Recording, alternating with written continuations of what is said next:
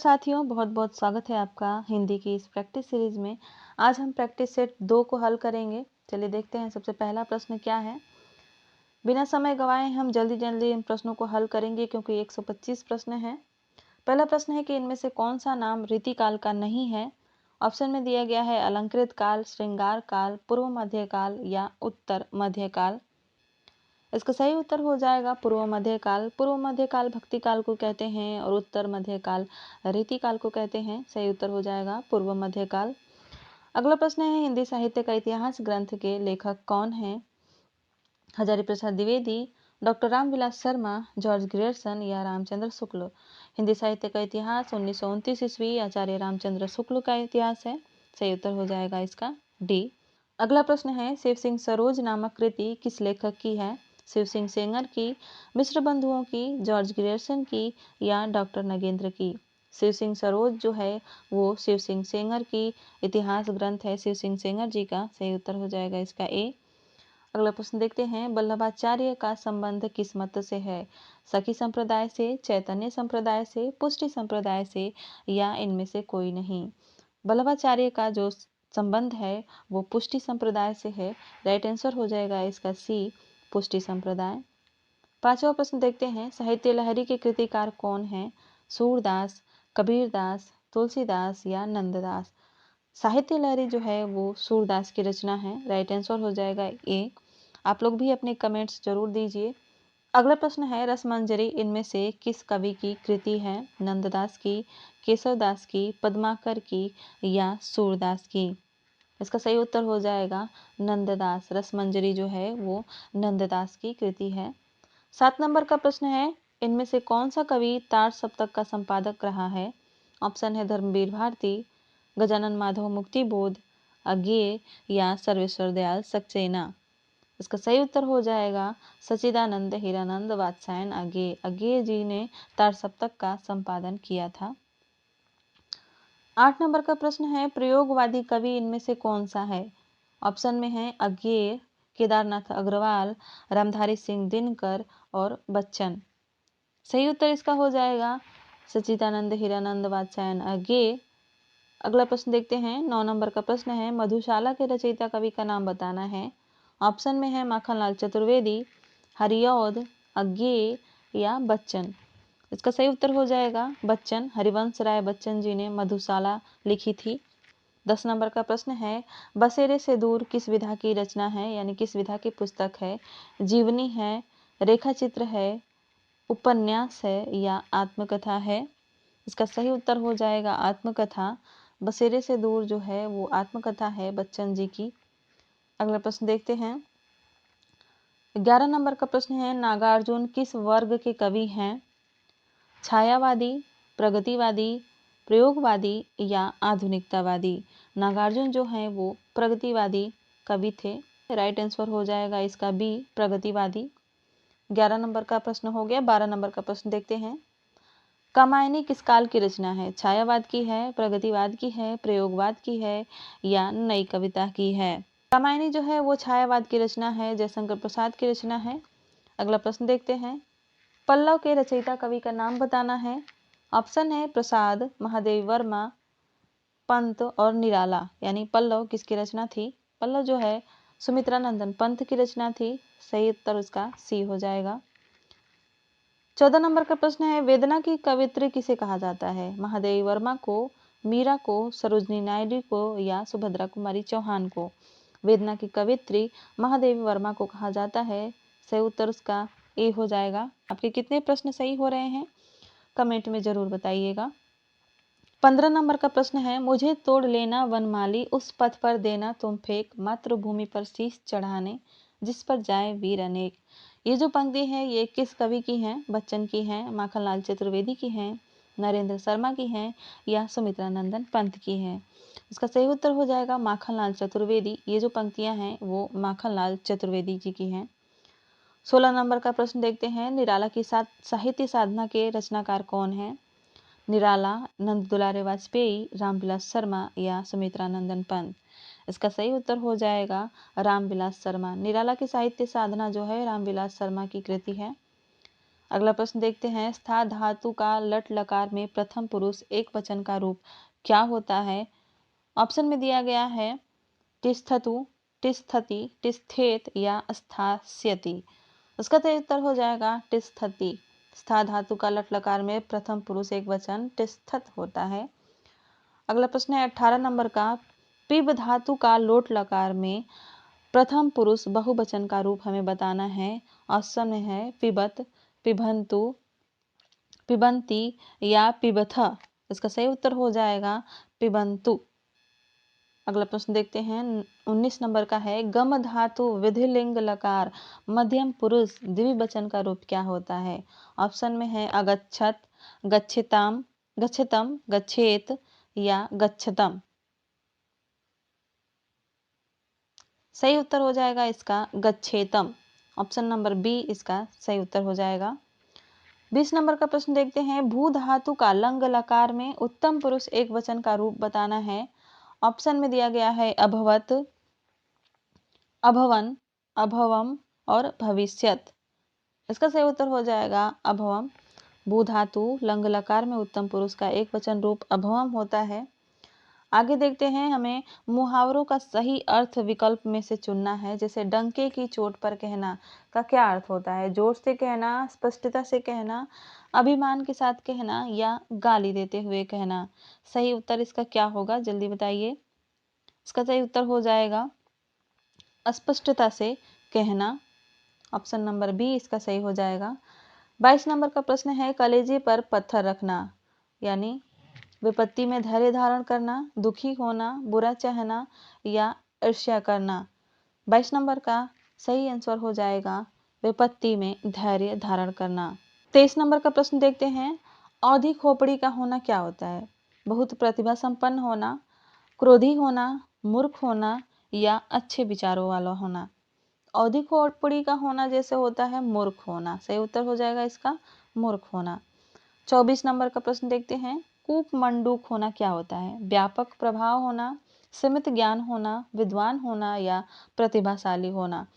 तो कूप मंडूक यानी कुएं का मेढक होना सीमित ज्ञान होना होता है। इसका अर्थ हो जाएगा सीमित ज्ञान होना। 25 नंबर का प्रश्न है कि काला अक्षर भैंस बराबर होना, इसका क्या अर्थ होगा? पढ़ा लिखा होना, साक्षर होना, निरक्षर होना या मूर्ख होना। इसका सही उत्तर हो जाएगा निरक्षर होना। काला अक्षर भैंस बराबर का अर्थ होता है निरक्षर होना। अगला जो प्रश्न है उसमें पूछा गया है कि सर्वेश्वर दयाल सक्सेना किस शतक के कवि हैं? ऑप्शन है तीसरा शतक, दूसरा शतक, तार शतक या चौथा शतक। सर्वेश्वर दयाल सक्सेना जो हैं तीसरा शतक के कवि हैं। सही उत्तर हो जाएगा इसका ए तीसरा शतक। अगला प्रश्न देखते हैं 27 नंबर का प्रश्न क्या है, किस काव्य धारा को मार्क्सवाद का साहित्यिक संस्करण कहा जाता है? छायावाद को, प्रयोगवाद को, प्रगतिवाद को या नवगीत को। इसका सही उत्तर हो जाएगा प्रगतिवाद को। प्रगतिवाद को छायावाद मार्क्सवाद का साहित्यिक संस्करण भी कहा जाता है। 28 नंबर का प्रश्न देखते हैं, पूछा गया है कि इनमें से कौन दूसरा शतक का कवि है? कुंवर नारायण, शमशेर बहादुर सिंह, केदारनाथ सिंह या प्रभाकर माचवे। इसका सही उत्तर हो जाएगा शमशेर बहादुर सिंह। शमशेर बहादुर सिंह दूसरे शतक के कवि हैं। अगला प्रश्न देखते हैं, जब हम हिंदी साहित्य का इतिहास पढ़ेंगे उसमें हम तार सप्तक, जब प्रयोगवाद को पढ़ेंगे तो तार सप्तक को भी पढ़ेंगे और उसमें सभी को मैं विस्तार से बताऊंगी। तो अगर आप चैनल पर पहली बार आए हैं तो चैनल को सब्सक्राइब अवश्य कर लीजिएगा। 29 नंबर का प्रश्न देखते हैं, आत्मजयी नामक कृति के रचनाकार कौन है? अज्ञेय, नरेश मेहता, कुंवर नारायण या जगदीश गुप्त। तो आत्मजयी जो है वो कुंवर नारायण की रचना है। सही उत्तर हो जाएगा इसका सी कुंवर नारायण। 30 नंबर का प्रश्न है, कनुप्रिया किस विधा की रचना है? कहानी है, उपन्यास है, नाटक है या काव्य है? इसका सही उत्तर हो जाएगा काव्य। कनुप्रिया जो है वो काव्य रचना है। अगला प्रश्न देखते हैं क्या है, इनमें सही विच्छेद का चयन करना है हमें संधि विच्छेद में। उल्लेख का संधि विच्छेद कौन सा इसमें सही होगा? उ प्लस लेख, उत प्लस लेख, उल्लेख, उल प्लस लेख या इनमें से कोई नहीं। इसका सही उत्तर हो जाएगा उत प्लस लेख। उत प्लस लेख उल्लेख होता है। व्याप्त में कौन सी संधि है? गुण संधि है, दीर्घ संधि है, व्यंजन संधि है या यड़ संधि है? तो वी प्लस आप्त होता है व्याप्त, इसमें यड़ संधि है। अगला प्रश्न है न्यून। न्यून का संधि विच्छेद क्या होगा? नी प्लस उन, नी प्लस यून, न प्लस उन या आधा न और उन। कौन सा इसका सही होगा? इसका सही उत्तर हो जाएगा नी प्लस उन। अगला प्रश्न देखते हैं हिंदी के काव्य भाषा परक समीक्षक का क्या नाम है? डॉक्टर रघुवंश, विजय नारायण शाही, रामस्वरूप चतुर्वेदी या डॉक्टर नगेंद्र। तो हिंदी के काव्य भाषा परक समीक्षक जो है रामस्वरूप चतुर्वेदी हैं। सही उत्तर हो जाएगा सी। अगला प्रश्न देखते हैं अपभ्रंश का वाल्मीकि इनमें से किसे कहा जाता है? धनपाल को, पुष्पदंत को, स्वयंभू को या देवसेन को। तो अपभ्रंश का वाल्मीकि जो है वो स्वयंभू को कहा जाता है। राइट आंसर हो जाएगा सी स्वयंभू। 36 नंबर का प्रश्न है कि इन मुसलमान हरिजन पे कौटुक हिंदू वारिये, यह पंक्ति किस कवि की है? रसखान की है, भारतेंदु की है, हरिऔध की है या रहीम की है? तो ये जो पंक्तियां हैं भारतेंदु हरिश्चंद्र की है। सही उत्तर इसका बी हो जाएगा भारतेंदु हरिश्चंद्र। अगला प्रश्न देखते हैं रामचरितमानस की रचना प्रारंभ हुई थी 1630 विक्रमी, 1625 विक्रमी, 1620 विक्रमी या 1631 विक्रमी। सही उत्तर हो जाएगा 1631 विक्रम संवत। 38 नंबर का प्रश्न देखते हैं। पूछा गया है अवधि में रचित महाकाव्य कौन सा है? ऑप्शन में है रामचंद्रिका, कृष्णायन, कामायनी और रामायण। सही उत्तर हो जाएगा इसका कृष्णायन। कृष्णायन जो है अवधि में रचित महाकाव्य है।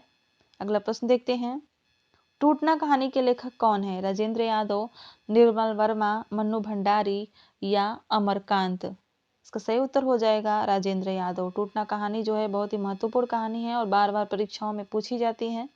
ये जो है राजेंद्र यादव की कहानी है। 40 नंबर का प्रश्न देखते हैं पश्चिमी हिंदी का विकास किससे हुआ है? ब्राह्मण अपभ्रंश से, सौरसेनी अपभ्रंश से, मागधी अपभ्रंश से या अर्धमागधी अपभ्रंश से। पश्चिमी हिंदी का विकास सौरसेनी अपभ्रंश से हुआ था। राइट आंसर हो जाएगा इसका बी सौरसेनी अपभ्रंश। 41 नंबर का प्रश्न देखते हैं क्या पूछा गया है निम्नलिखित प्रश्नों में सही समास का निर्देश दिए गए विकल्पों में से करना है। आमरण में कौन सा समास होगा? बेभाव, कर्मधारय, तत्पुरुष या बहुब्रीहि। आमरण में जो है वो अभिभाव समास होगा। ऑप्शन नंबर ए इसका सही हो जाएगा। अगला प्रश्न है 42 नंबर का प्रश्न कोशकार में कौन सा समास होगा? द्विगु समास, द्वंद्व समास, तत्पुरुष समास या बहुब्रीहि समास। इसका सही उत्तर हो जाएगा तत्पुरुष समास। कोशकार में तत्पुरुष समास होता है। देवस्वर में कौन सा समास होगा? बहुब्रीहि होगा, द्विगु होगा, कर्मधारय होगा या द्वंद्व होगा। देवासुर में जो है वो द्वंद्व समास होता है। देव और असुर इस तरह से इसका विच्छेद हो जाएगा। 43 का डी सही होगा। अगला प्रश्न देखते हैं पंचामृत। पंचामृत में कौन सा समास होगा? द्वंद्व समास होगा, द्विगु समास होगा, तत्पुरुष समास होगा या कर्मधारय समास होगा। पंचामृत में जो है द्विगु समास होगा। सही उत्तर हो जाएगा इसका बी पंचामृत। देहलता में कौन सा समास है? अव्ययीभाव समास है, बहुब्रीहि समास है, तत्पुरुष समास है या कर्मधारय समास है। इसका सही उत्तर हो जाएगा कर्मधारय समास। देहलता यानी देह रूपी लता। 46 नंबर का प्रश्न है त्रिनेत्र में कौन सा समास होगा? कर्मधारय होगा, द्विगु होगा, तत्पुरुष होगा या बहुब्रीहि होगा। त्रिनेत्र में बहुब्रीहि समास होगा। 3 नेत्रों वाले अर्थात भगवान शिव। 47 नंबर का प्रश्न देखते हैं हिंदी वर्णमाला में कितने वर्ण हैं? 50, 54, 52 या 55। तो हिंदी वर्णमाला में 52 वर्ण होते हैं। सही उत्तर इसका हो जाएगा सी 52। 48 नंबर का प्रश्न देखते हैं प्रेमाख्यानक कवियों को किस नाम से पुकारा जाता है? संत कवि, सूफी कवि, रीतिकालीन कवि और नाथपंथी कवि। तो प्रेमाख्यानक जो है वो सूफी कवियों को कहा जाता है। प्रेमाख्यानक कवि सूफी कवि, प्रेमाख्यानक काव्यधारा सूफी काव्यधारा।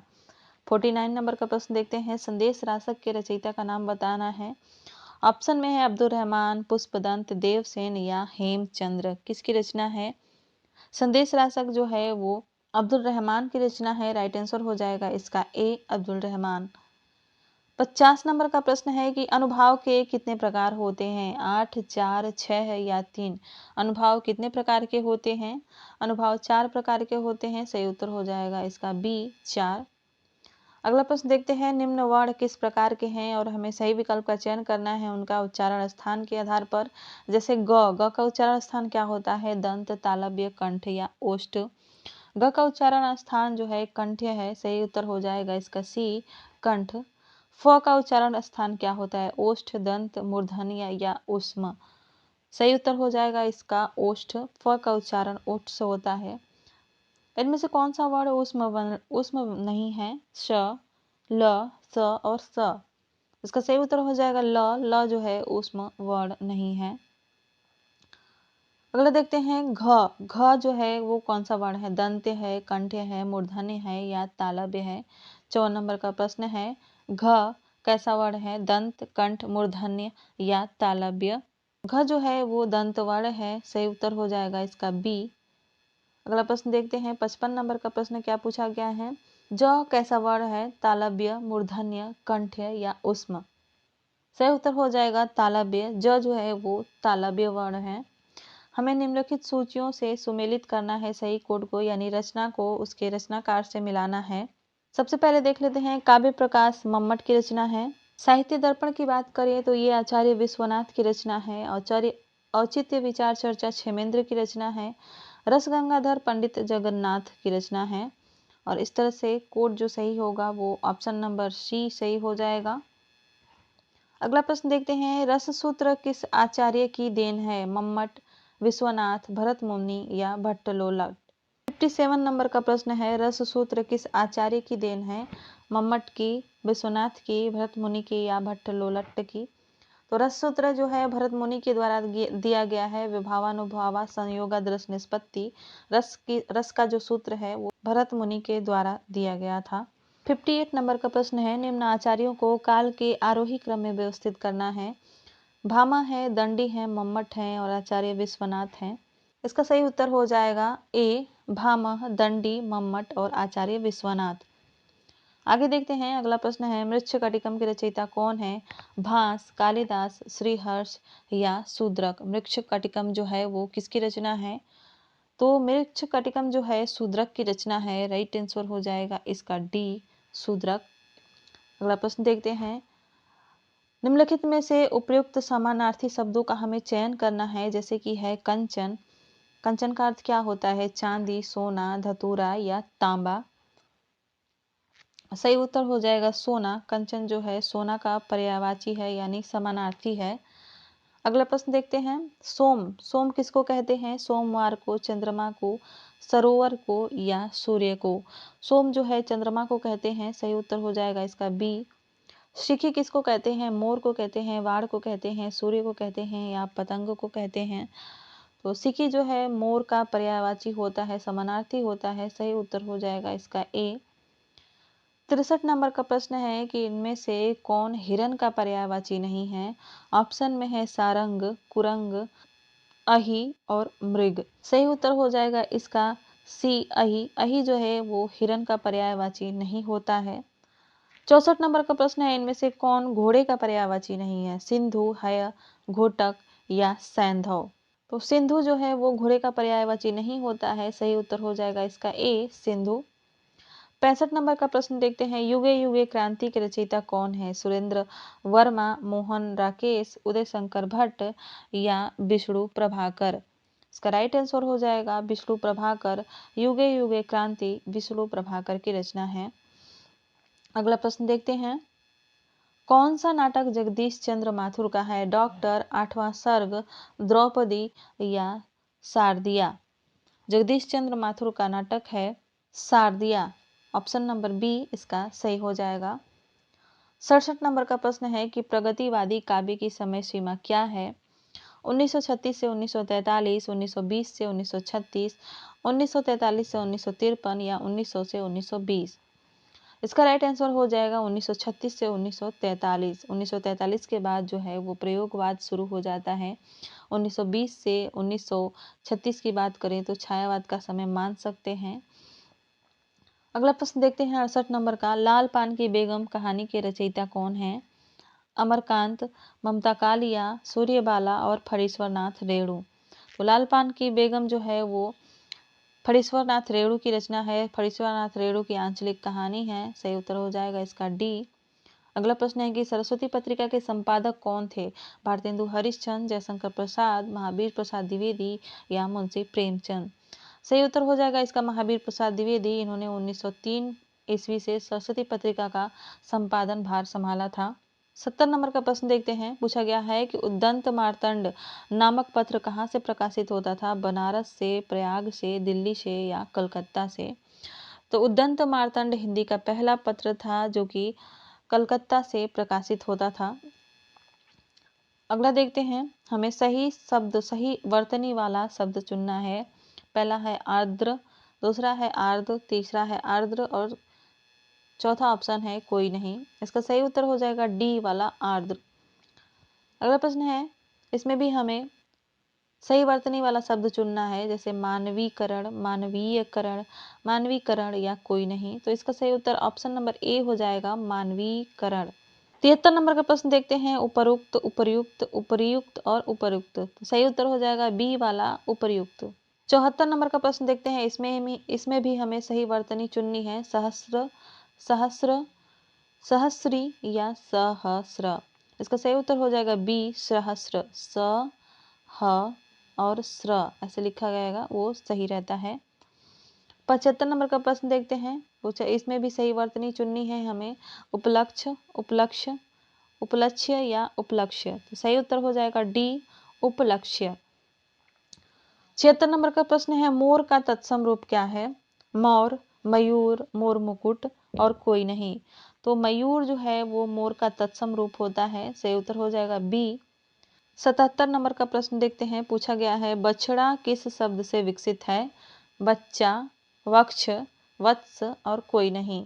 तो बछड़ा जो है वो वत्स शब्द से विकसित है। सही उत्तर उसका हो जाएगा सी।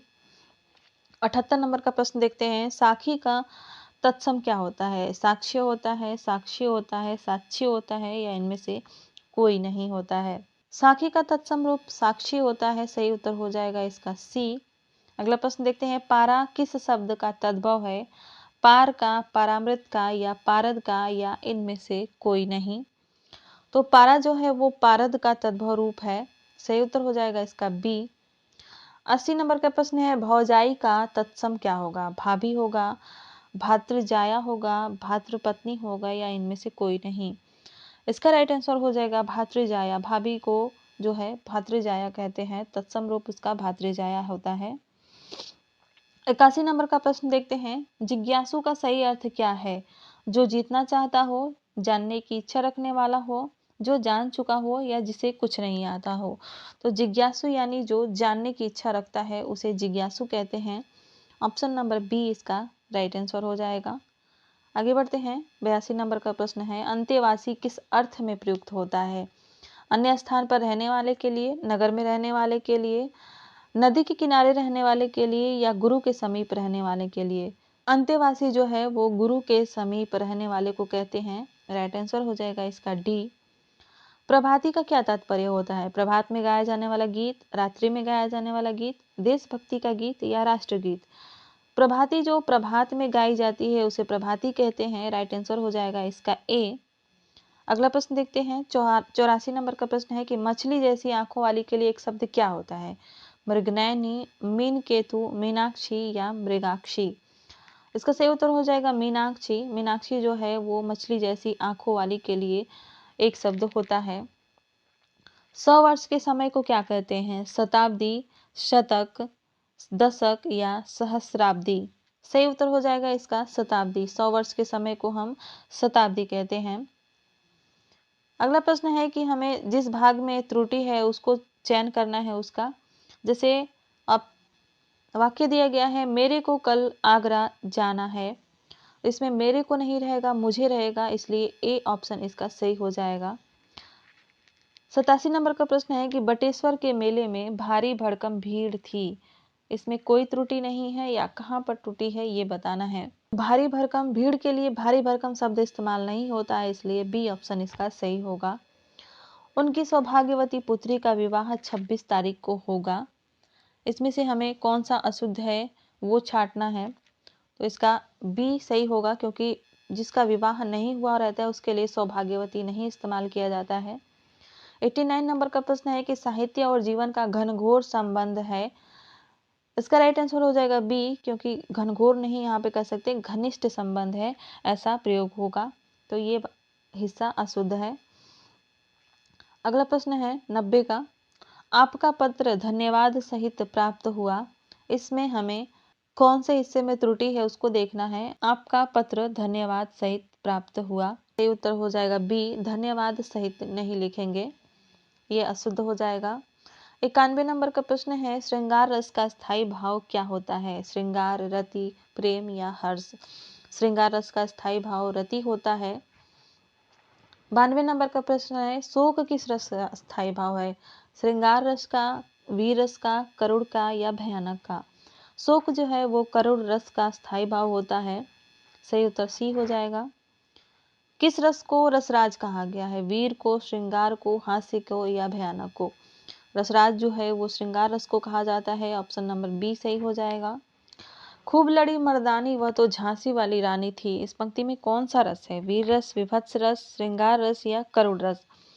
तो इन पंक्तियों में वीर रस है, सही उत्तर हो जाएगा ए, वीर रस। अगला प्रश्न है कि जहां उपमेय की तुलना उपमान से की जाए वहां पर कौन सा अलंकार होता है? ऑप्शन में दिया गया है उपमा, रूपक, उत्प्रेक्षा और संदेह। सही उत्तर उसका हो जाएगा उपमा। जहां उपमेय की तुलना उपमान से की जाए वहां उपमा अलंकार होता है। 96 नंबर का प्रश्न देखते हैं, जनु जानो मनु मानो का प्रयोग किस अलंकार में होता है? रूपक में, उत्प्रेक्षा में, प्रतीप में या व्यतिरेक में? सही उत्तर हो जाएगा इसका उत्प्रेक्षा में। उत्प्रेक्षा अलंकार में जनु जानो मनु मानो इत्यादि का प्रयोग होता है। 97 नंबर का प्रश्न है, उत्कर्ष का विलोम क्या है? सत्कर्ष, अपकर्ष, प्रकर्ष या इनमें से कोई नहीं? उत्कर्ष का विलोम अपकर्ष होता है, सही उत्तर हो जाएगा सी। 98 नंबर का प्रश्न है कि रामचरितमानस किस भाषा में लिखा गया है? हिंदी, अवधी, ब्रजभाषा या संस्कृत? रामचरितमानस जो है वो अवधी भाषा में लिखा गया है, सही उत्तर हो जाएगा इसका बी।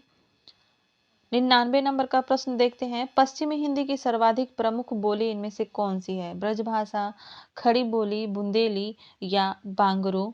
तो पश्चिमी हिंदी की सबसे प्रमुख बोली जो है वो ब्रजभाषा है, राइट आंसर हो जाएगा इसका ए, ब्रजभाषा। अवधी किस उपभाषा वर्ग की बोली है? ऑप्शन में है पश्चिमी हिंदी, पूर्वी हिंदी, राजस्थानी हिंदी या बिहारी हिंदी। तो अवधी जो है पूर्वी हिंदी की बोली है। अवधी, बघेली, छत्तीसगढ़ी ये तीन जो है भाषाएं, उपभाषाएं वो पूर्वी हिंदी के अंतर्गत आती हैं। 101 नंबर का हमें रचनाकारों को उनकी रचनाओं से सुमेलित करना है। सर्वेश्वर दयाल सक्सेना जो है हो जाएंगे काठ की घंटियां, जयशंकर प्रसाद आंसू, अज्ञेय का हो जाएगा इतवलम और कुंवर नारायण का हो जाएगा चक्रव्यूह। आगे बढ़ते हैं और देखते हैं, गीत परोस नामक कविता किसकी है? भवानी प्रसाद मिश्र की, वीरेंद्र मिश्र की, धर्मवीर भारती की या मुक्तिबोध की?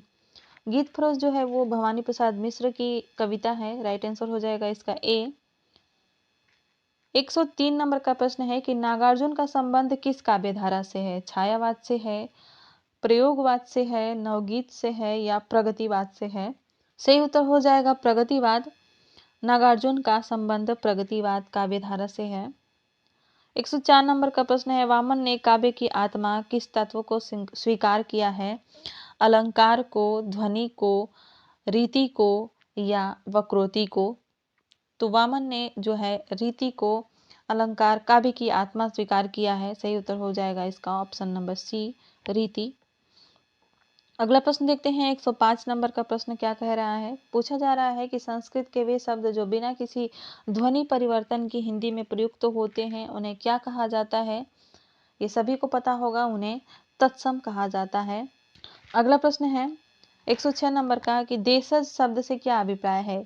जिनकी उत्पत्ति संस्कृत से हुई हो, जो विदेशी भाषाओं से विकसित हुए हों, जिनमें ध्वनि परिवर्तन हुए हों और जिनकी व्युत्पत्ति ज्ञात न हो। तो देशज शब्द वे शब्द होते हैं जिनकी व्युत्पत्ति ज्ञात नहीं होती है, ऑप्शन डी इसका सही उत्तर हो जाएगा। 7वां प्रश्न है कि साधारणीकरण सिद्धांत के जनक कहे जाते हैं भरत मुनि, भट्टनायक, आचार्य शंकुक या मम्मट। तो साधारणीकरण के जो जनक कहे जाते हैं, साधारणीकरण सिद्धांत के जनक जो हैं वो भट्टनायक हैं। राइट आंसर हो जाएगा इसका बी, भट्टनायक। 108 है, इनमें से अर्धविराम का चिन्ह कौन सा होता है? अर्धविराम का चिन्ह कौन सा होता है? ए वाला, बी वाला, सी वाला या डी वाला? तो इसमें से अर्धविराम जो है वो है बी वाला, एक बिंदु और एक कॉमा, एक ऊपर बिंदु रहती है और नीचे ऐसे करके कॉमा रहता है, तो उसे अर्धविराम कहते हैं। 109 नंबर का प्रश्न देखते हैं। पूछा जा रहा है कि मुंड पे मुकुट धरे सोहत है गोपाल में कौन सा काव्य दोष है? च्युत संस्कृति दोष है, क्लिशत्व दोष है, ग्रामत्व दोष है या अश्लीलत्व दोष है? तो इसमें ग्रामत्व दोष है। मुंड जो है वो सिर के लिए इस्तेमाल हुआ है। अगला प्रश्न है, हायकू कविता का मूल स्थान क्या है? भारत, चीन, कंबोडिया या जापान? तो जापान में जो है हायकू शैली की कविता लिखी जाती है। सही आंसर हो जाएगा डी। 111 नंबर का प्रश्न है कि यतश्च निर्धारणम किस विभक्ति से जुड़ा हुआ सूत्र है? ऑप्शन में दिया गया है षष्ठी, सप्तमी, चतुर्थी या द्वितीया। तो ये जो सूत्र है वो सप्तमी विभक्ति से जुड़ा हुआ है। राइट आंसर हो जाएगा इसका बी। अगला प्रश्न देखते हैं। दृष्टवा में प्रयुक्त कौन सा प्रत्यय प्रयुक्त हुआ है? दृष्टवा में कौन सा प्रत्यय प्रयुक्त हुआ है? ऑप्शन में कत्वा, कत, तब्यत या अनियर। दृष्टवा में कत्वा प्रत्यय लगता है, तो ऑप्शन नंबर ए इसका सही उत्तर हो जाएगा। 113 का देखते हैं। 113 में पूछा गया है कि अभ्यागत शब्द में कौन सा उपसर्ग लगा हुआ है? अ, अभ्य, अभि या अभ्या? अभ्यागत में जो है वो अभि उपसर्ग लगा हुआ है। सही उत्तर हो जाएगा इसका सी। 114 नंबर का प्रश्न देखते हैं। पूछा गया है कि विद्याधनम में समास बताइए। अव्ययी भाव है, कर्मधारय है, तत्पुरुष है या बहुव्रीहि है? विद्याधनम में कर्मधारय समास होता है। राइट आंसर हो जाएगा इसका बी, कर्मधारय। 115 नंबर का प्रश्न है कि इनमें से कौन सी कृति कालिदास की है? मालती माधव, विक्रमोर्वशीयम, नागानंद या स्वप्नवासव दत्तम? कालिदास की कृति का नाम विक्रमोर्वशीयम है। राइट आंसर हो जाएगा इसका बी। अगला प्रश्न देखते हैं। 116 नंबर का हमें रचनाओं को उनके रचनाकारों से सुमेलित करना है। कालिदास की कृति का नाम है कुमार संभवम। श्रीहर्ष द्वारा रचित है नासधीय चरित। वहीं अगर बात करें भारवी की रचना जो है वो है किराता अर्जुनियम और भवभूति की रचना है उत्तर रामचरितम। 117 नंबर का प्रश्न देखते हैं क्या पूछा गया है।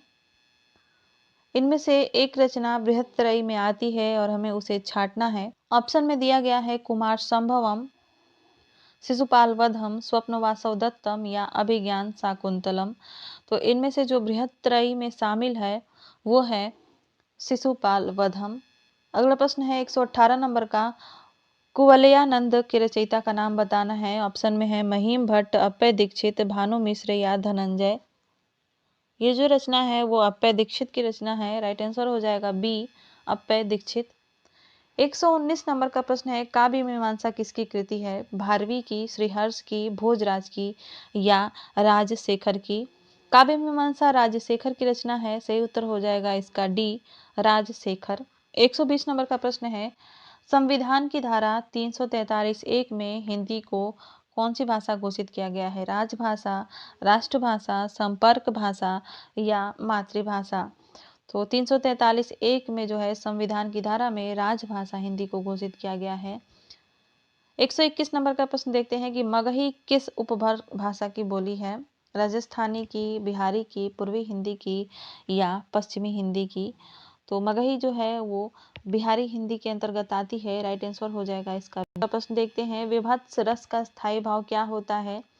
ऑप्शन में है जुगुप्सा, भय, निर्वेद या क्रोध। सही उत्तर हो जाएगा जुगुप्सा। जुगुप्सा घृणा को भी कहते हैं, जो कि विभत्स रस का स्थायी भाव होता है। अगला प्रश्न है 123 नंबर का। काव्य शोभा या कर्तारो धर्मा गुणा, काव्य गुण की यह परिभाषा किसने दी है? ऑप्शन में दिए गए आचार्य भरत मुनि ने, आचार्य दंडी ने, आचार्य वामन ने या आचार्य मम्मट ने? इसका सही उत्तर हो जाएगा आचार्य वामन ने। ये परिभाषा, काव्य गुण की ये परिभाषा आचार्य वामन ने दी है। 124 नंबर का प्रश्न देखते हैं। हमें रचनाकारों को, उपन्यासों को उनके रचनाकारों से मिलाना है। तमस की बात करें तो ये भीष्म स्वाहिनी की रचना है। यशपाल का हो जाएगा झूठा सच। वृंदावन लाल वर्मा की बात करें तो इनकी रचना है मृगनयनी और मनोहर श्याम जोशी की रचना है कुरु कुरु स्वाहा। इस तरह से इसका सही उत्तर हो जाएगा ऑप्शन नंबर ए 3 4 1 2। अगला प्रश्न देखते हैं। 125 नंबर का प्रश्न है और इस प्रैक्टिस सेट का अंतिम प्रश्न है। आपको कितने प्रश्न सही हुए आप ये कमेंट में जरूर बताइएगा। पूछा गया है राजन शब्द का तृतीय बहुवचन रूप क्या होगा। राज्ञः, राजभिः, राज्ञ या राजसः। सही उत्तर हो जाएगा इसका राजभी। राजन शब्द का तृतीय बहुवचन रूप होता है राजभी। तो ये थी आज की प्रैक्टिस सेट। आशा है आपको इससे बहुत हेल्प मिली होगी। मिलते हैं अगली क्लास में, तब तक के लिए अपना ख्याल रखिए। धन्यवाद।